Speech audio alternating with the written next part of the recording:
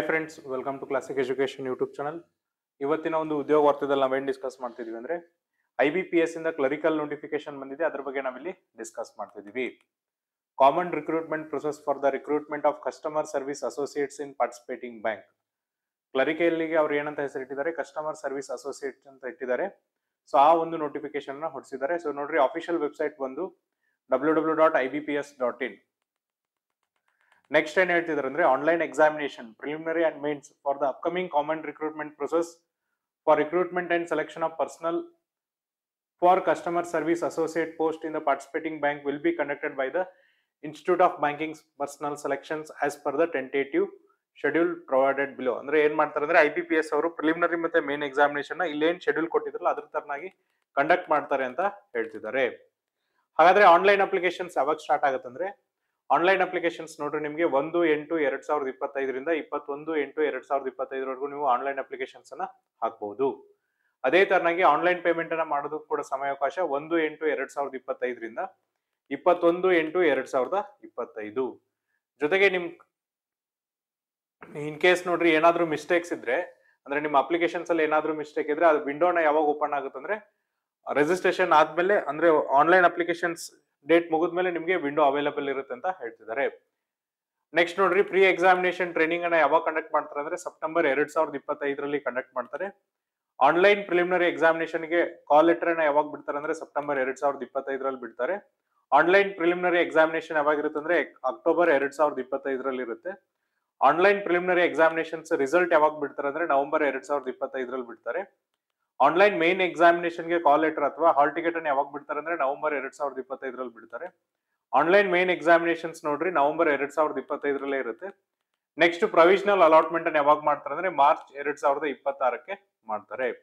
ಇದು complete schedule ಅನ್ನು ಏನ್ ಮಾಡಿದ್ರೆ ಅಂದ್ರೆ institute of banking personal selections ಅವರು ಕೊಟ್ಟಿದ್ದಾರೆ. ಹಾಗಾದ್ರೆ ಯಾವ್ಯಾವ ಬ್ಯಾಂಕ್ ಪಾರ್ಟಿಸಿಪೇಟ್ ಮಾಡ್ತಿದೆ ಅನ್ನೋದನ್ನು ಕೂಡ ನಾವಿಲ್ಲಿ ನೋಡ್ತಾ ಹೋಗೋಣ.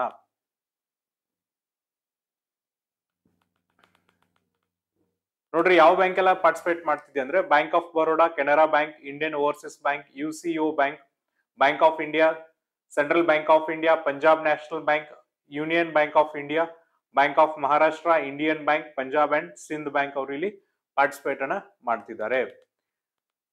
ಹಾಗಾದ್ರೆ ಪೋಸ್ಟ್ ಹೆಸರು ಬಂದು ಕಸ್ಟಮರ್ ಸರ್ವಿಸ್ ಅಸೋಸಿಯೇಟ್. ನಿಮ್ಗೆ ಪೇ ಸ್ಕೇಲ್ ಎಷ್ಟಿರುತ್ತೆ ಅಂದ್ರೆ ಬೇಸಿಕ್ 24,050 ರೂಪೀಸ್ ಇಂದ 64,480 ನಿಮ್ಗೆ ಪೇ ಸ್ಕೇಲ್ ಇರುತ್ತೆ ಅಂತ ಇಲ್ಲಿ ಹೇಳ್ತಿದ್ದಾರೆ. ಹಾಗಾದ್ರೆ ಎಲಿಜಿಬಿಲಿಟಿ ಕ್ರೈಟೀರಿಯಾನ ಒಂದೊಂದೇ ನೋಡ್ತಾ ಹೋಗೋಣ. ಫಸ್ಟ್ ನೋಡ್ರಿ, ವಯೋಮಿತಿಯನ್ನ ನೋಡ್ತಾ ಹೋಗೋಣ. 1/8/2025 ಪ್ರಕಾರ ವಯೋಮಿತಿ ಏನಿರ್ಬೇಕಂದ್ರೆ ಕನಿಷ್ಠ 20 ವರ್ಷ ಆಗಿರ್ಬೇಕು, ಗರಿಷ್ಠ 28 ವರ್ಷ ಮೀರಿರಬಾರ್ದು ಅಂತ ಹೇಳ್ತಿದ್ದಾರೆ.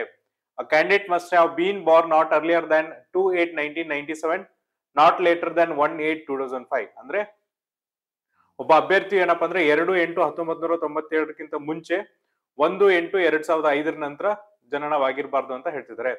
ಅಂದ್ರೆ ನಿಮ್ಮ ಜನ್ಮ ದಿನಾಂಕ 2/8/1997 ಆದ್ಮೇಲೆ 1/8/2005 ಒಳಗಡೆ ಇರ್ಬೇಕಂತ ಹೇಳ್ತಿದ್ದಾರೆ. ಇನ್ ಕೇಸ್ 2 ಡೇಟ್ ಇದ್ರು ಸಹ ಅದು ಇನ್ಕ್ಲೂಡ್ ಆಗುತ್ತೆ.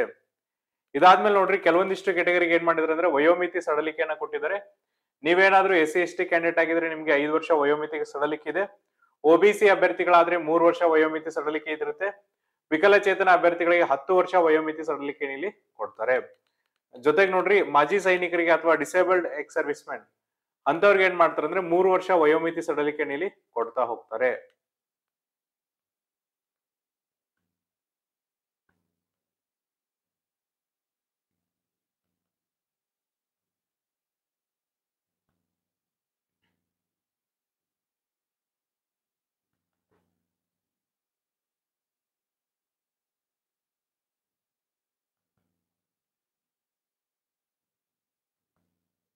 ನೆಕ್ಸ್ಟ್ ಇಲ್ಲಿ ಎಕ್ಸ್ ಸರ್ವಿಸ್ ಮ್ಯಾನ್ ಅಂದ್ರೆ ಏನಂತ ಹೇಳಿದ್ದಾರೆ. ಜೊತೆಗೆ ಯಾರೆಲ್ಲ ಎಕನಾಮಿಕಲಿ ವೀಕರ್ ಸೆಕ್ಷನ್ ಕ್ಯಾಟಗರಿ ಬರ್ತಾರೆ ಅಂತ ಹೇಳಿದ್ದಾರೆ. ಇದಾದ್ಮೇಲೆ ನೋಡ್ರಿ, ನೆಕ್ಸ್ಟ್ ಇಂಪಾರ್ಟೆಂಟ್ ಏನಪ್ಪಾ ಅಂದ್ರೆ ವಿದ್ಯಾರ್ಹತೆ ಏನಿರ್ಬೇಕಂತ ಹೇಳ್ತಿದ್ದಾರೆ. ವಿದ್ಯಾರ್ಹತೆ ನೋಡ್ರಿ, a degree or graduation in any discipline from university recognized by government of India or any other equivalent qualification recognized as such by central government.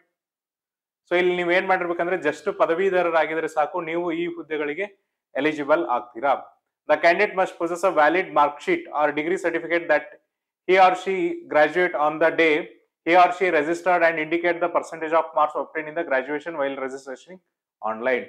ಅಂದ್ರೆ ಬಹಳಷ್ಟು ಜನ ಅಭ್ಯರ್ಥಿಗಳಿಗೆ ಏನಿರುತ್ತೆ ಅಂದ್ರೆ ನಾವು ಫೈನಲ್ ಸೆಮಿಸ್ಟರ್ ಇದೀವಿ, ನಾವು ಅಪ್ಲಿಕೇಶನ್ಸ್ ಹಾಕ್ಬೋದು ಅಂದ್ರೆ ನೋಡ್ರಿ, ಯಾರ ಹತ್ರ ಆಲ್ರೆಡಿ ವ್ಯಾಲಿಡ್ ಮಾರ್ಕ್ ಶೀಟ್ ಇದೆ, ಡಿಗ್ರಿ ಸರ್ಟಿಫಿಕೇಟ್ ಇದೆಲ್ಲ, ಅವರು ಮಾತ್ರ ಏನ್ ಮಾಡ್ಬೇಕಂದ್ರೆ ಈ ಒಂದು ಹುದ್ದೆಗಳಿಗೆ ಅಪ್ಲಿಕೇಶನ್ಸ್ ಅನ್ನ ಹಾಕ್ಬಹುದು ಅಂತ ಹೇಳ್ತಿದ್ದಾರೆ. ಅವ್ರು ಮಾತ್ರ ಇಲ್ಲಿ ರಿಜಿಸ್ಟ್ರೇಷನ್ ಅನ್ನ ಮಾಡಬಹುದು ಅಂತ ಹೇಳ್ತಿದ್ದಾರೆ. ಆನ್ಲೈನ್ ರಿಜಿಸ್ಟ್ರೇಷನ್ ಮಾಡ್ಬೇಕಾದ್ರೆ ನಿಮ್ಮ ಹತ್ರ ಡಿಗ್ರಿ ಮಾರ್ಕ್ಸ್ ಕಾರ್ಡ್ ಆದ್ರೂ ಇರಬೇಕು ಅಥವಾ ಗ್ರಾಜುಯೇಟ್ ಸರ್ಟಿಫಿಕೇಟ್ ಆದ್ರೂ ಇರ್ಬೇಕಂತ ಹೇಳ್ತಿದ್ದಾರೆ. ಇದಾದ್ಮೇಲೆ ನೆಕ್ಸ್ಟ್ ನೋಡ್ರಿ, the candidate applying for the vacancies of a particular state or union territory should be proficient in reading, writing, speaking and understanding of the specified or opted local language for that state or union territory mentioned in the list for each state or union territory as per the annexure 3. ಇಲ್ಲಿ ಏನ್ ಹೇಳ್ತಿದಾರೆ ಅಂದ್ರೆ, ಯಾವೆಲ್ಲ ಅಭ್ಯರ್ಥಿಗಳು ಈಗ ಏನ್ ಮಾಡ್ತಿದಾರೆ ಅಂದ್ರೆ ಸ್ಟೇಟ್ ವೈಸ್ ವೇಕೆನ್ಸೀಸ್ ಅನ್ನ ಕರೆದಿದ್ರಲ್ಲ, ಆ ಸ್ಟೇಟಿಗೆ ನೀವು ಎಲಿಜಿಬಲ್ ಆಗ್ಬೇಕಂದ್ರೆ ಅಲ್ಲಿಯ ಸ್ಥಳೀಯ ಭಾಷೆ ಒಳಗೆ ನೀವು ಪ್ರೊಫಿಷಿಯಂಟ್ ಇರ್ಬೇಕಂತ ಹೇಳ್ತಿದ್ದಾರೆ. ಫಾರ್ ಎಕ್ಸಾಂಪಲ್ ನೋಡ್ರಿ, ಕರ್ನಾಟಕಕ್ಕೆ ನೀವು ಬರೋದಾದ್ರೆ ಕರ್ನಾಟಕದ ಸ್ಥಳೀಯ ಭಾಷೆ ಕನ್ನಡ. ಕನ್ನಡವನ್ನ ನಿಮಗೆ ಓದಕ್ಕೆ, ಬರೆಯಕ್ಕೆ, ಮಾತನಾಡಕ್ಕೆ ಮತ್ತೆ ಅರ್ಥ ಮಾಡ್ಕೊಳಕ್ ಬರ್ಬೇಕಂತ ಹೇಳ್ತಿದ್ದಾರೆ. ಇದಾದ್ಮೇಲೆ ನೆಕ್ಸ್ಟ್ ನೋಡ್ರಿ, ಕಂಪ್ಯೂಟರ್ ಲಿಟರಸಿ ಬಗ್ಗೆ ಹೇಳ್ತಿದ್ದಾರೆ. ಕಂಪ್ಯೂಟರ್ ಲಿಟರಸಿ ಏನಂದ್ರೆ, operating and working knowledge in computer system is mandatory. That is candidate should have certificate or diploma or degree in computer operations or language or should have studied computer or information technology as one of the subject in high school or college or institute. ಅಂದ್ರೆ ನಿಮ್ಗೆ computer ಸಾಕ್ಷರತೆ ಬಗ್ಗೆ ಗೊತ್ತಿರಬೇಕಂತ ಹೇಳ್ತಿದ್ದಾರೆ. Specially ನೋಡ್ರಿ, computer ನ operate ಮಾಡಕ್ಕೆ ನಿಮ್ಗೆ ಬರ್ತಿರ್ಬೇಕು, ಅದು ಮ್ಯಾಂಡೇಟರಿ ಅಥವಾ ಕಂಪಲ್ಸರಿ ಅಂತ ಹೇಳ್ತಿದ್ದಾರೆ. ಜೊತೆಗೆ ನಿಮ್ಮ ಹತ್ರ ಸರ್ಟಿಫಿಕೇಟ್ ಇರಬೇಕು ಅಥವಾ ಡಿಪ್ಲೊಮಾ ಅಥವಾ ಡಿಗ್ರಿಯನ್ನ ಮಾಡಿರ್ಬೇಕು ಕಂಪ್ಯೂಟರ್ ಆಪರೇಷನ್ಸ್ ಲ್ಯಾಂಗ್ವೇಜಸ್ ಅಲ್ಲ ಆದ್ರೂ, ಅಥವಾ ನೀವು ಹೈಸ್ಕೂಲ್ ಅಥವಾ ಡಿಗ್ರಿ ಒಳಗಡೆ ಏನಪ್ಪಾ ಅಂದ್ರೆ ಕಂಪ್ಯೂಟರ್ ಅಥವಾ ಇನ್ಫಾರ್ಮೇಶನ್ ಟೆಕ್ನಾಲಜಿನ ಒಂದು ಸಬ್ಜೆಕ್ಟ್ ಆಗಿ ಕಲ್ತಿದ್ರು ಕೂಡ ನೀವು ಇಲ್ಲಿ ಎಲಿಜಿಬಲ್ ಆಗ್ತೀರಾ.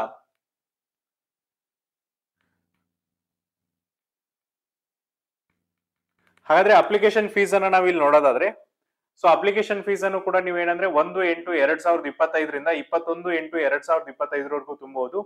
ಅಪ್ಲಿಕೇಶನ್ ಫೀಸ್ ಎಷ್ಟಿದೆ ನೋಡ್ರಿ, SC ST ವಿಕಲಚೇತನರು ಮತ್ತೆ ಮಾಜಿ ಸೈನಿಕ ಅಭ್ಯರ್ಥಿಗಳಿಗೆ 175 ರೂಪಾಯಿ ಇದ್ರೆ, ಉಳಿದಂತ ಎಲ್ಲಾ ಕ್ಯಾಟಗರಿ ಅಭ್ಯರ್ಥಿಗಳಿಗೆ 850 ರೂಪಾಯಿ ಅಪ್ಲಿಕೇಶನ್ ಫೀಸ್ ಇಲ್ಲಿ ಇರುತ್ತದೆ. ಇದಾದ್ಮೇಲೆ ಎಕ್ಸಾಮಿನೇಷನ್ಸ್ ನ ಯಾವ ತರ ಕಂಡಕ್ಟ್ ಮಾಡ್ತಾರೆ, ಎಕ್ಸಾಮಿನೇಷನ್ ಪ್ಯಾಟರ್ನ್ ಏನಿರುತ್ತೆ ಅಂತ ನಾವು ನೋಡೋದಾದ್ರೆ, ಎಕ್ಸಾಮಿನೇಷನ್ ನೋಡ್ರಿ 2 ಹಂತದಲ್ಲಿ ಕಂಡಕ್ಟ್ ಮಾಡ್ತಾರೆ, ಪ್ರಿಲಿಮಿನರಿ ಮತ್ತೆ ಮೇನ್ಸ್ ಎಕ್ಸಾಮಿನೇಷನ್. ಪ್ರಿಲಿಮಿನರಿ ಎಕ್ಸಾಮಿನೇಷನ್ ಅಲ್ಲಿ ಪ್ಯಾಟರ್ನ್ ಈ ತರ ಇರುತ್ತೆ. ಪ್ರಿಲಿಮಿನರಿ ಎಕ್ಸಾಮಿನೇಷನ್ಸ್ ಅಲ್ಲಿ ನಿಮಗೆ 3 ಸಬ್ಜೆಕ್ಟ್ ಇರುತ್ತೆ, ಇಂಗ್ಲಿಷ್ ಲ್ಯಾಂಗ್ವೇಜ್, ನ್ಯೂಮರಿಕಲ್ ಅಬಿಲಿಟಿ ಮತ್ತೆ ರೀಸನಿಂಗ್ ಅಬಿಲಿಟಿ. ಇಂಗ್ಲಿಷ್ ಲ್ಯಾಂಗ್ವೇಜ್ ಮೇಲೆ ನಿಮಗೆ 30 ಕ್ವಶನ್ಸ್ ಕೇಳ್ತಾರೆ, 30 ಮಾರ್ಕ್ಸ್ ಗೆ 20 ನಿಮಿಷಗಳ ಕಾಲಾವಕಾಶ ಇರುತ್ತೆ. ನ್ಯೂಮರಿಕಲ್ ಅಬಿಲಿಟಿ ಮೇಲೆ ನಿಮಗೆ 35 ಕ್ವಶನ್ಸ್ ಕೇಳ್ತಾರೆ, 35 ಅಂಕಗಳಿಗೆ 20 ನಿಮಿಷ ಕಾಲಾವಕಾಶ ಇರುತ್ತೆ. ರೀಸನಿಂಗ್ ಅಬಿಲಿಟಿ ಮೇಲೆ ನಿಮಗೆ 35 ಕ್ವಶನ್ಸ್ ಕೇಳ್ತಾರೆ, 35 ಮಾರ್ಕ್ಸ್ ಗೆ 20 ನಿಮಿಷಗಳ ಕಾಲಾವಕಾಶ ಇರುತ್ತೆ. ಒಟ್ಟು ನೋಡ್ರಿ 100 ಪ್ರಶ್ನೆಗಳನ್ನ ಕೇಳ್ತಾರೆ, 100 ಅಂಕಗಳಿಗೆ 60 ನಿಮಿಷಗಳ ಕಾಲಾವಕಾಶ ಇರುತ್ತೆ. ಇಲ್ಲಿ ಏನಂದ್ರೆ ಇಂಗ್ಲಿಷ್ ಲ್ಯಾಂಗ್ವೇಜ್ ಒಂದು ಪೇಪರ್ ಇದೆಯಲ್ಲ, ಅದು ಇಂಗ್ಲಿಷ್ ಅಲ್ಲಿ ಇರುತ್ತೆ. ಉಳಿದಂತೆ 2 ಪೇಪರ್ ಅನ್ನ ನೀವು ಏನಂದ್ರೆ ಕರ್ನಾಟಕದಲ್ಲಿ 4 ಭಾಷೆಗಳಲ್ಲಿ ಬರೀಬಹುದು. ಇಂಗ್ಲಿಷ್, ಹಿಂದಿ, ಕನ್ನಡ ಮತ್ತೆ ಕೊಂಕಣಿ ಭಾಷೆಯಲ್ಲಿ ನೀವು ಏನ್ ಮಾಡ್ಬೋದು ಅಂದ್ರೆ ಎಕ್ಸಾಮಿನೇಷನ್ಸ್ ನ ಬರೀಬಹುದಾಗಿದೆ. ಇದಾದ್ಮೇಲೆ ನೋಡ್ರಿ ನೆಕ್ಸ್ಟ್ ಮೇನ್ಸ್ ಎಕ್ಸಾಮಿನೇಷನ್ ಅಥವಾ ಮೇನ್ ಎಕ್ಸಾಮಿನೇಷನ್ ನೋಡೋದಾದ್ರೆ, ಮೇನ್ ಎಕ್ಸಾಮಿನೇಷನ್ ಅಲ್ಲಿ 4 ಭಾಗಗಳಿರುತ್ತೆ. General or financial awareness, general English, reasoning ability, quantitative aptitude ಅಂತ. ಜನರಲ್ ಆರ್ ಫೈನಾನ್ಷಿಯಲ್ ಅವೇರ್ನೆಸ್ ಮೇಲೆ ನಿಮಗೆ 40 ಕ್ವಶನ್ಸ್ ಕೇಳ್ತಾರೆ, 50 ಅಂಕಗಳಿಗೆ 20 ನಿಮಿಷಗಳ ಕಾಲಾವಕಾಶ ಇರುತ್ತೆ. ಜನರಲ್ ಇಂಗ್ಲಿಷ್ ಮೇಲೆ ನಿಮಗೆ 40 ಕ್ವಶನ್ಸ್ ಇರುತ್ತೆ, 40 ಮಾರ್ಕ್ಸ್ ಗೆ 35 ನಿಮಿಷಗಳ ಕಾಲಾವಕಾಶ ಇರುತ್ತೆ. ರೀಸನಿಂಗ್ ಎಬಿಲಿಟಿ ಮೇಲೆ ನಿಮಗೆ 40 ಕ್ವಶನ್ಸ್ ಕೇಳ್ತಾರೆ, 60 ಅಂಕಗಳಿಗೆ 35 ನಿಮಿಷಗಳ ಕಾಲಾವಕಾಶ ಇರುತ್ತೆ. ಕ್ವಾಂಟಿಟೇಟಿವ್ ಆಪ್ಟಿಟ್ಯೂಡ್ ಮೇಲೆ ನಿಮಗೆ 35 ಪ್ರಶ್ನೆಗಳನ್ನ ಕೇಳ್ತಾರೆ, 50 ಅಂಕಗಳಿಗೆ 30 ನಿಮಿಷಗಳ ಕಾಲಾವಕಾಶ ಇರುತ್ತೆ.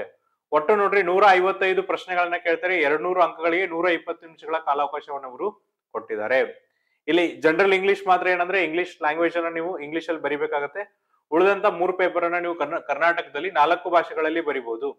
ಕನ್ನಡ, ಕೊಂಕಣಿ ಮತ್ತೆ ಇಂಗ್ಲಿಷ್ ಮತ್ತೆ ಹಿಂದಿ ಭಾಷೆಯಲ್ಲಿ ನೀವೇನ್ ಮಾಡ್ಬೋದು ಅಂದ್ರೆ ಎಕ್ಸಾಮಿನೇಷನ್ಸ್ ಅನ್ನ ಬರಿಬಹುದು. ಇಲ್ಲಿ ಕೊಟ್ಟಿದ್ದಾರೆ ನೋಡ್ರಿ list of medium of examinations ಅಂತ ಹೇಳಿ. ಇಲ್ಲಿ ಕರ್ನಾಟಕದಲ್ಲಿ ನಾವು ನೋಡೋದಾದ್ರೆ ಕರ್ನಾಟಕದಲ್ಲಿ 4 ಭಾಷೆಗಳಲ್ಲಿ ಎಕ್ಸಾಮಿನೇಷನ್ ಅನ್ನ ಬರಿಬಹುದು. ಇಂಗ್ಲಿಷ್, ಹಿಂದಿ, ಕನ್ನಡ ಮತ್ತೆ ಕೊಂಕಣಿ ಭಾಷೆಯಲ್ಲಿ ನೀವು ಎಕ್ಸಾಮಿನೇಷನ್ಸ್ ಅನ್ನ ಬರಿಬಹುದಾಗಿದೆ.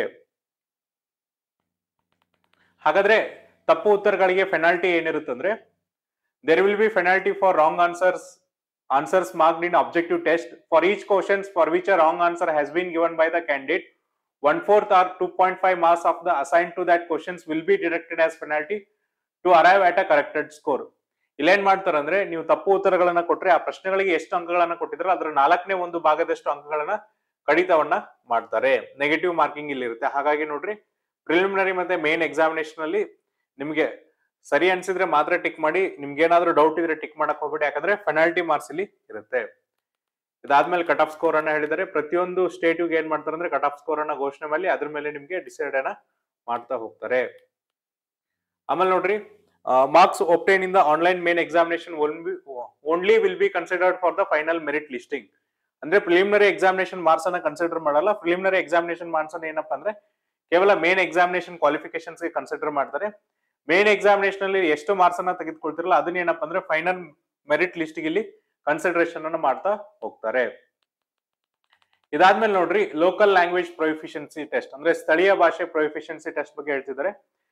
ಇಲ್ಲೇನಪ್ಪ ಅಂದ್ರೆ candidate applying for the vacancies of a particular state or union territory should be proficient in reading, writing, speaking and understanding the specified or opted local language of that state or union territory mentioned in the list provided for each state or union territory as per the annexure 3. So ಇಲ್ಲಿ ನೋಡ್ರಿ, ಸ್ಥಳೀಯ ಭಾಷೆನ ಏನ್ ಮಾಡ್ಬೇಕಂದ್ರೆ proficient test ಅನ್ನ ತೆಗೆದುಕೊಳ್ಬೇಕು. ಅದ್ರಲ್ಲಿ ನಿಮ್ಗೆ ಓದಕ್ಕೆ, ಬರೆಯಕ್ಕೆ, ಮಾತನಾಡಕ್ಕೆ ಮತ್ತೆ ಅರ್ಥ ಮಾಡ್ಕೊಳಕ್ ಬರಬೇಕು. ಅದನ್ನ ಅವ್ರು ಏನ್ ಮಾಡಿದಾರೆ ಅಂದ್ರೆ annexure 3 ಅಲ್ಲಿ ಕೊಟ್ಟಿದ್ದಾರೆ. Candidate has to opt one language at the time of online application for the local language test from the list provided for each state or union territory as per the annexure 3. ನೀವು ಇಲ್ಲೇನ್ ಮಾಡ್ಬೇಕಂದ್ರೆ ಒಂದು language ಅನ್ನ ಏನ್ ಮಾಡ್ಬೇಕಂದ್ರೆ online applications ಅಲ್ಲಿ ಹಾಕ್ಬೇಕಾದ್ರೆ select ಅನ್ನ ಮಾಡ್ಲೇಬೇಕು ಅಂತ ಹೇಳ್ತಿದ್ದಾರೆ. Candidate who produce the 10th standard or above mark sheet or certificate evidencing having studied the specified or opted local language will not required to undergo the local language test. ಇಲ್ಲೇನ್ ಹೇಳ್ತಿದ್ರು ಅಂದ್ರೆ ಯಾವೆಲ್ಲ ಅಭ್ಯರ್ಥಿಗಳು ಏನಪ್ಪಾ ಅಂದ್ರೆ 10ನೇ ತರಗತಿವರೆಗೆ ಅಥವಾ 10ನೇ ತರಗತಿ ಆದ್ಮೇಲೆ ಅದಕ್ಕಿಂತ ಹೆಚ್ಚಿನ ವಿದ್ಯಾಭ್ಯಾಸವನ್ನ ನೀವು ಸ್ಥಳೀಯ ಭಾಷೆಯಲ್ಲಿ ಮಾಡಿದ್ರೆ ಅಂತ ಸರ್ಟಿಫಿಕೇಟ್ ಅನ್ನ ನೀವು ಕೊಟ್ರೆ ನಿಮಗೆ ಲೋಕಲ್ ಲ್ಯಾಂಗ್ವೇಜ್ ಟೆಸ್ಟ್ ಏನ್ ಮಾಡಿದ್ರೆ ಅಂದ್ರೆ ಲೋಕಲ್ ಲ್ಯಾಂಗ್ವೇಜ್ ಪ್ರೊಫಿಷಿಯನ್ಸಿ ಟೆಸ್ಟ್ ಅವಶ್ಯಕತೆ ಇರುವುದಿಲ್ಲ ಅಂತ ಹೇಳ್ತಿದ್ದಾರೆ. The test will be conducted after qualifying the main examination provisional allotment but before joining the bank. ಅಂದ್ರೆ ಈ ಟೆಸ್ಟ್ ಅನ್ನ ಯಾವಾಗ ಕಂಡಕ್ಟ್ ಮಾಡ್ತಾರೆ ಅಂದ್ರೆ ಒಂದು ಆನ್ಲೈನ್ ಮೇನ್ ಎಕ್ಸಾಮಿನೇಷನ್ ಆದ್ಮೇಲೆ ಕಂಡಕ್ಟ್ ಮಾಡಬಹುದು ಅಥವಾ ಪ್ರೊವಿಷನಲ್ ಅಲಾಟ್ಮೆಂಟ್ ಗಿಂತ ಮುಂಚೆ ಆದ್ರೂ ಕಂಡಕ್ಟ್ ಮಾಡಬಹುದು. ಸೊ ಇದು ಕ್ವಾಲಿಫೈಯಿಂಗ್ ನೇಚರ್ ಇರುತ್ತೆ ಅಂತ ಹೇಳ್ತಿದ್ದಾರೆ.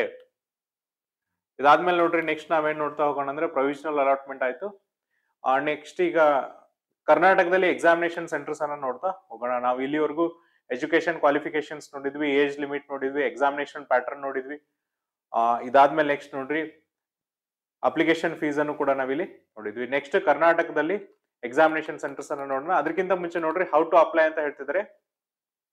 The candidate can apply online only, no other mode of application will be accepted. Applications ಅನ್ನ ನೀವೇನ್ ಮಾಡ್ಬೇಕಂದ್ರೆ ಆನ್ಲೈನ್ ಅಲ್ಲೇ ಹಾಕ್ಬೇಕಾಗುತ್ತೆ, ಬೇರೆ ಯಾವುದೇ ಮೋಡ್ ಅನ್ನು ಕೂಡ ಅವರು ಅಕ್ಸೆಪ್ಟ್ ಮಾಡೋದಿಲ್ಲ. ಅದು ಕೂಡ 1/8/2025 21/8/2025 ಕೂಡ ನೀವು ಅಪ್ಲಿಕೇಶನ್ಸ್ ಅನ್ನ ಹಾಕಬಹುದು. ಸೊ IBPS ವೆಬ್ಸೈಟ್ ಆದಂತ www.ibps.in ಮೂಲಕ ನೀವು ಅಪ್ಲಿಕೇಶನ್ಸ್ ಅನ್ನ ಹಾಕಬಹುದಾಗಿದೆ. ಮೋಡ್ ಆಫ್ ಪೇಮೆಂಟ್ ಕೂಡ ನೋಡ್ರಿ ಆನ್ಲೈನ್ ಇರುತ್ತೆ. ಸೊ ನೀವು ಆನ್ಲೈನ್ ಪೇಮೆಂಟ್ ಅನ್ನ ಮಾಡಬಹುದಾಗಿದೆ 21/8/2025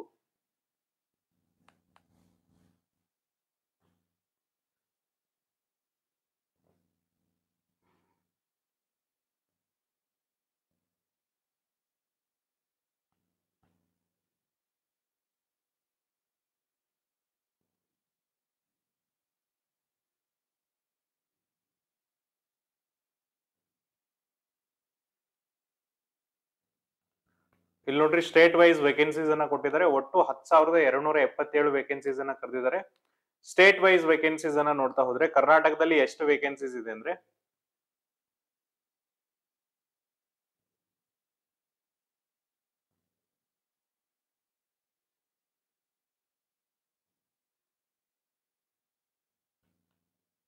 ಕರ್ನಾಟಕದಲ್ಲಿ ನೋಡ್ರಿ, ಬ್ಯಾಂಕ್ ಆಫ್ ಬರೋಡಾದಲ್ಲಿ 253 ವೇಕೆನ್ಸೀಸ್ ಇದೆ, ಬ್ಯಾಂಕ್ ಆಫ್ ಇಂಡಿಯಾದಲ್ಲಿ 45 ವೇಕೆನ್ಸೀಸ್ ಇದೆ, ಬ್ಯಾಂಕ್ ಆಫ್ ಮಹಾರಾಷ್ಟ್ರದಲ್ಲಿ 20 ವೇಕೆನ್ಸೀಸ್ ಇದೆ, ಕೆನರಾ ಬ್ಯಾಂಕ್ ಅಲ್ಲಿ 675 ವೇಕೆನ್ಸೀಸ್, ಬ್ಯಾಂಕ್ ಆಫ್ ಇಂಡಿಯಾದಲ್ಲಿ 47, ಇಂಡಿಯನ್ ಓವರ್ಸೀಸ್ ಬ್ಯಾಂಕ್ ಅಲ್ಲಿ 44, ಪಂಜಾಬ್ ನ್ಯಾಷನಲ್ ಬ್ಯಾಂಕ್ ಅಲ್ಲಿ 6, ಪಂಜಾಬ್ ಅಂಡ್ ಸಿಂಧ್ ಬ್ಯಾಂಕ್ ಅಲ್ಲಿ 14, ಪಂಜಾಬ್ ಅಂಡ್ ಸಿಂಧ್ ಬ್ಯಾಂಕ್ ಅಲ್ಲಿ 30, UCO ಬ್ಯಾಂಕ್ ಅಲ್ಲಿ ಯಾವುದೇ ವೇಕೆನ್ಸೀಸ್ ಇಲ್ಲ, ಯೂನಿಯನ್ ಬ್ಯಾಂಕ್ ಆಫ್ ಇಂಡಿಯಾದಲ್ಲಿ 21 ವೇಕೆನ್ಸಿ, ಯೂನಿಯನ್ ಬ್ಯಾಂಕ್ ಆಫ್ ಇಂಡಿಯಾದಲ್ಲಿ 50 ವೇಕೆನ್ಸೀಸ್ ಇದೆ.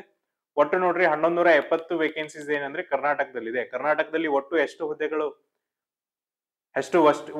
ಹುದ್ದೆಗಳಿಗೆ ಇವರು ರಿಕ್ರೂಟ್ಮೆಂಟ್ ಅನ್ನ ಮಾಡ್ತಿದ್ದಾರೆ ಅಂದ್ರೆ 1170 ಹುದ್ದೆಗಳಿಗೆ ಇವರು ರಿಕ್ರೂಟ್ಮೆಂಟ್ ಅನ್ನ ಮಾಡ್ತಿದ್ದಾರೆ. ಇದಾದ್ಮೇಲೆ ನಾವು ಎಕ್ಸಾಮಿನೇಷನ್ ಸೆಂಟರ್ಸ್ ಅನ್ನ ಒಂದು ಕೂಡ ನೋಡೋಣ.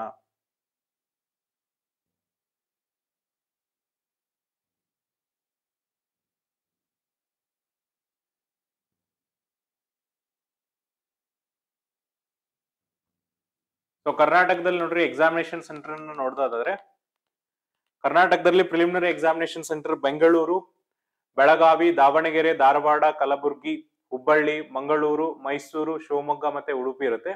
ಅದೇ ತರನಾಗಿ ಮೇನ್ಸ್ ಎಕ್ಸಾಮಿನೇಷನ್ ಕೂಡ ಸೇಮ್ ಇರುತ್ತೆ. ಬೆಂಗಳೂರು, ಬೆಳಗಾವಿ, ದಾವಣಗೆರೆ, ಧಾರವಾಡ, ಹುಬ್ಬಳ್ಳಿ, ಕಲಬುರಗಿ, ಮಂಗಳೂರು, ಮೈಸೂರು, ಶಿವಮೊಗ್ಗ, ಉಡುಪಿ ಈ ಒಂದು ಜಿಲ್ಲೆಗಳಲ್ಲಿ ಅಥವಾ ಈ ಒಂದು ಪ್ರದೇಶಗಳಲ್ಲಿ ಏನಂದ್ರೆ ಎಕ್ಸಾಮಿನೇಷನ್ ಸೆಂಟರ್ ಇರುತ್ತೆ. ಸೊ ನಿಯರೆಸ್ಟ್ 3 ಎಕ್ಸಾಮಿನೇಷನ್ ಸೆಂಟರ್ ನ ನೀವೇನ್ ಮಾಡ್ಬೇಕಂದ್ರೆ ಕೊಡಬೇಕಾಗುತ್ತೆ. ಆನ್ಲೈನ್ ಅಪ್ಲಿಕೇಶನ್ಸ್ ಅಲ್ಲಿ ಅವ್ರಿಗೆ ಯಾವ್ದು ಈಸಿ ಅನ್ಸುತ್ತಲ್ಲ ಅದನ್ನ ನಿಮ್ಗೆ ಅಲಾಟ್ಮೆಂಟ್ ಅನ್ನ ಮಾಡ್ತಾರೆ. ಇದೇನಪ್ಪ ಅಂದ್ರೆ IBPS ಇಂದ ಬಂದಿರುವಂತ ನೋಟಿಫಿಕೇಶನ್ಸ್ ಬಗ್ಗೆ ಇರುವಂತ ಮಾಹಿತಿ. ಜೊತೆಗೆ ನೋಡ್ರಿ local languages applicable for LLPET, local language proficiency test ಹೇಳ್ತಿದ್ದಾರೆ. ಸೊ ಇಲ್ಲಿ ಕರ್ನಾಟಕದಲ್ಲಿ ಯಾವ ಲ್ಯಾಂಗ್ವೇಜ್ ಇದೆ ಅಂದ್ರೆ, ಕರ್ನಾಟಕದಲ್ಲಿ ನೋಡ್ರಿ ಕನ್ನಡ ಇದೆ ಅಂತ ಹೇಳ್ತಿದ್ದಾರೆ. ಅಂದ್ರೆ ಕನ್ನಡ ಭಾಷೆಯ ಪ್ರೊಫಿಷಿಯನ್ಸಿ ಬಗ್ಗೆ ಟೆಸ್ಟ್ ಮಾಡ್ತಾರೆ. ಪ್ರೊಫಿಷಿಯನ್ಸಿ ಅಂದ್ರೆ ರೀಡಿಂಗ್, ರೈಟಿಂಗ್, ಅಂಡರ್ಸ್ಟ್ಯಾಂಡಿಂಗ್ ಮತ್ತೆ ಸ್ಪೀಕಿಂಗ್, ಅಂದ್ರೆ ಮಾತಾಡಕ್ಕೆ, ಓದಕ್ಕೆ, ಬರೆಯಕ್ಕೆ ಮತ್ತೆ ಅರ್ಥ ಮಾಡ್ಕೊಳ್ಳಕ್ಕೆ ಬರ್ಬೇಕಂತ ಹೇಳ್ತಿದ್ದಾರೆ. ಸೊ ಇದಿಷ್ಟೇನಂದ್ರೆ IBPS ಇಂದ ಬಂದಿರುವಂತ ಕ್ಲರಿಕಲ್ ನೋಟಿಫಿಕೇಶನ್ಸ್ ಬಗ್ಗೆ ಇರುವಂತ ಮಾಹಿತಿ. ಇನ್ ಕೇಸ್ ನಿಮ್ಗೆ ಇದ್ರಲ್ಲಿ ಏನಾದ್ರು ಡೌಟ್ ಇದ್ರೆ ನಾವು ನಮ್ಮ ಡಿಸ್ಕ್ರಿಪ್ಷನ್ ಬಾಕ್ಸ್ ಅಲ್ಲಿ ಅಫಿಷಿಯಲ್ PDF ಲಿಂಕ್ ಅನ್ನ ಹಾಕ್ತಿವಿ. ಆ ಲಿಂಕ್ ಅನ್ನ ಕ್ಲಿಕ್ ಮಾಡಿದ್ರೆ ನಿಮಗೆ ಎಂಟೈರ್ PDF ಡೌನ್ಲೋಡ್ ಆಗುತ್ತೆ. ಅಲ್ಲಿ ನಿಮ್ಮ ಡೌಟ್ಸ್ ಅನ್ನ ಸಾಲ್ವ್ ಮಾಡಬಹುದು. ಇದೇ ತರನಾದ ಉದ್ಯೋಗ ಮಾಹಿತಿಯನ್ನ ಕೊಡ್ತಿರ್ತೀವಿ. ಅಲ್ಲಿವರೆಗೂ ನೋಡ್ತಾ ಇರಿ classic education YouTube channel. Thank you.